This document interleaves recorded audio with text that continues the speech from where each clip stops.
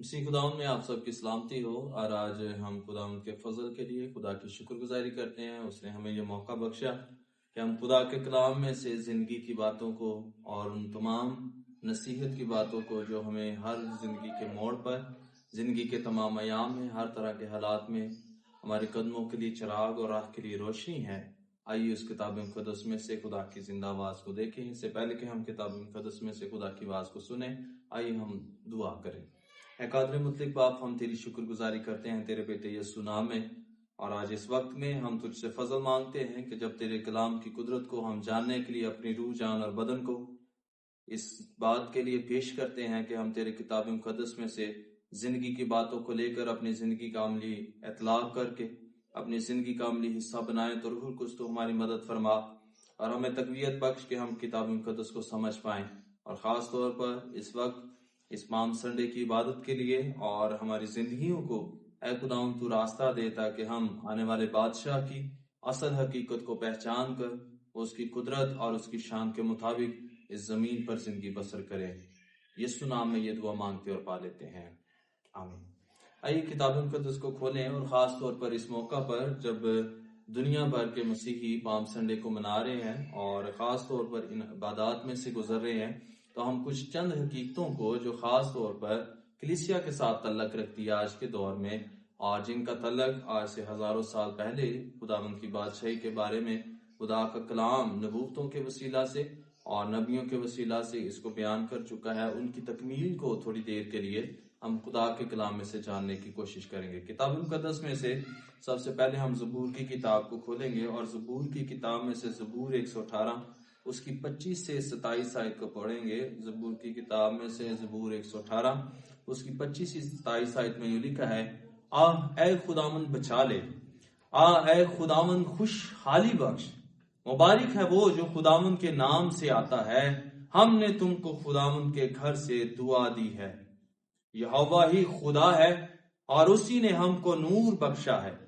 قربانی کو مذبح کے سینگوں سے رسیوں سے باندھ دو۔ اسی کے ساتھ صحائف میں سے ہم دیکھیں گے مقدس زکریا نبی کا صحیفہ اور اس کا نامہ باب، اور کتاب مقدس میں سے اس کی نامی آیت پڑھیں گے۔ کلام مقدس میں یہ لکھا ہے، اے بنت سیون تو نہایت شادمان ہو، اے دختر یروشلم خوب للکار، کیونکہ دیکھ تیرا بادشاہ تیرے پاس آتا ہے، وہ صادق ہے اور نجات اس کے ہاتھ میں ہے، وہ حلیم ہے اور گدھے پر بلکہ جوان گدھے پر سوار ہے۔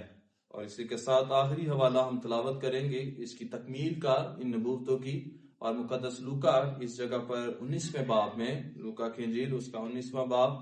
اور کتاب مقدس میں سے 28ویں آیت میں اس کو یوں تحریر کرتے ہیں۔ یہ پورا پیسیج ہی 28ویں آیت سے لے کر 40ویں آیت تک اس میں خاص طور پر مسیح یسوع کے شاہانہ داخلہ پر بات کر رہا ہے، اور چند باتیں ہم یہاں سے پڑھیں گے، اور 19ویں باب کی 28ویں آیت سے 44ویں آیت تک یہ سارا واقعہ، لیکن ہم یہاں سے چند آیات پڑھیں گے جن کو ہم آج خاص طور پر سیکھیں گے، اور یہاں پر ہم 34ویں آیت میں سے دیکھیں گے، یہ لکھا ہے، انہوں نے کہا کہ خداوند کو اس کی ضرورت ہے، اور وہ اس کو یسوع کے پاس لے آئے اور اپنے کپڑے اس بچے پر ڈال کر یسوع کو سوار کیا جب وہ جا رہا تھا، اور وہ اپنے کپڑے راہ میں بچھاتے جاتے تھے۔ اور جب وہ شہر کے نزدیک زیتون کے پہاڑ کے اتار پر پہنچا تو شاگردوں کی ساری جماعت ان سب معجزوں کے سبب سے جو انہوں نے دیکھے تھے خوش ہو کر بلند آواز سے خدا کی حمد کرنے لگی کہ مبارک ہے وہ بادشاہ جو خداوند کے نام سے آتا ہے، آسمان پر صلح اور عالم والا پر جلال۔ بھیڑ میں سے بعض نے، فریسیوں نے اس سے کہا، اے استاد اپنے شاگردوں کو ڈانٹ۔ اس نے جواب میں ان سے کہا، میں تم سے کہتا ہوں کہ اگر یہ چپ رہے تو پتھر جلا اٹھیں گے۔ کتاب مقدس کا پڑھا اور سنا جانا ہم سبوں کے لیے باعث برکت ٹھہرے۔ میرے عزیزو، پہلی بات جو اس جگہ پر خاص طور پر پام سنڈے کے ساتھ اور کھجوری اتوار کے ساتھ منسلک کی جاتی ہے کلیسیا میں، سب سے پہلی بات جو ہم آج جانیں گے ان تمام نبوتوں کی تکمیل کو جو خدا کے کلام میں سے مسیحیہ کے آنے کی، مسیح کے آنے کی اس کی زندگی، اس کے حال، اس کی خدمت، اس کے نجات بخشنے کے منصوبہ کی تکمیل کی طرف ہمیں لے کر جاتی ہیں، ان میں سے یہ وہ قدم ہے جس میں مسیح خداوند انسان کی نجات کے لیے عملی طور پر ان تمام نبوتوں کو پورا کرنے کے لیے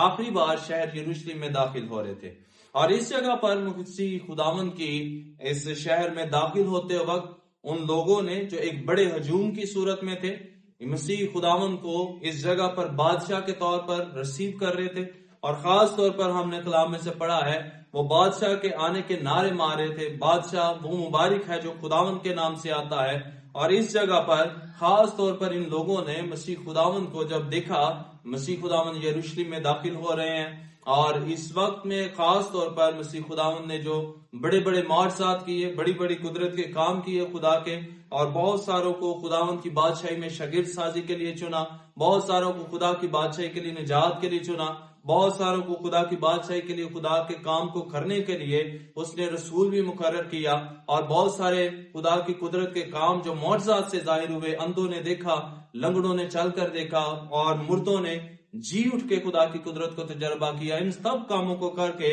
جب مسیح یسوع آخری بار یروشلم میں داخل ہو رہے ہیں تو لوگ اس کو ایسا